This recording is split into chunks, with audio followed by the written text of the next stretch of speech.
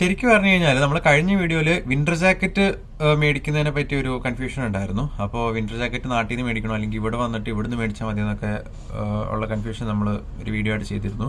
അതേപോലെ തന്നെയുള്ള ഒരു വേറൊരു കൺഫ്യൂഷനാണ് നമ്മൾ കമ്പ്യൂട്ടിംഗ് കോഴ്സസിനൊക്കെ ഉപയോഗിക്കാൻ വേണ്ടി ലാപ്ടോപ്പ് നാട്ടിൽ നിന്ന് മേടിക്കണോ അല്ലെങ്കിൽ ഇവിടെ വന്നിട്ട് ഇവിടുന്ന് മേടിച്ചാൽ മതി എന്നൊക്കെ. നമ്മൾ പൈസേൻ്റെ കാര്യം കൺസിഡർ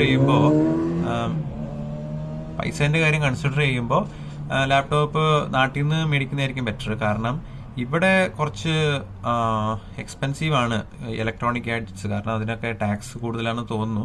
അതുകൊണ്ട് ഇലക്ട്രോണിക് ഗാഡ്ജറ്റ്സ് ഒക്കെ കുറച്ച് എക്സ്പെൻസീവ് ആണ്.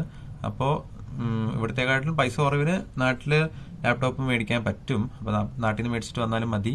പിന്നെ ഇവിടുന്ന് മേടിക്കണം എന്നുണ്ടെങ്കിൽ ഇവിടെ വന്നിട്ട് ഇവിടുന്ന് മേടിച്ചാലും മതി, കുഴപ്പമൊന്നുമില്ല. പക്ഷെ കുറച്ച് പൈസ കൂടുതലായിരിക്കുന്നേ ഉള്ളൂ, വേറെ പ്രശ്നമൊന്നുമില്ല. അപ്പോൾ അതാണ് പറയാൻ ഉദ്ദേശിച്ചത്.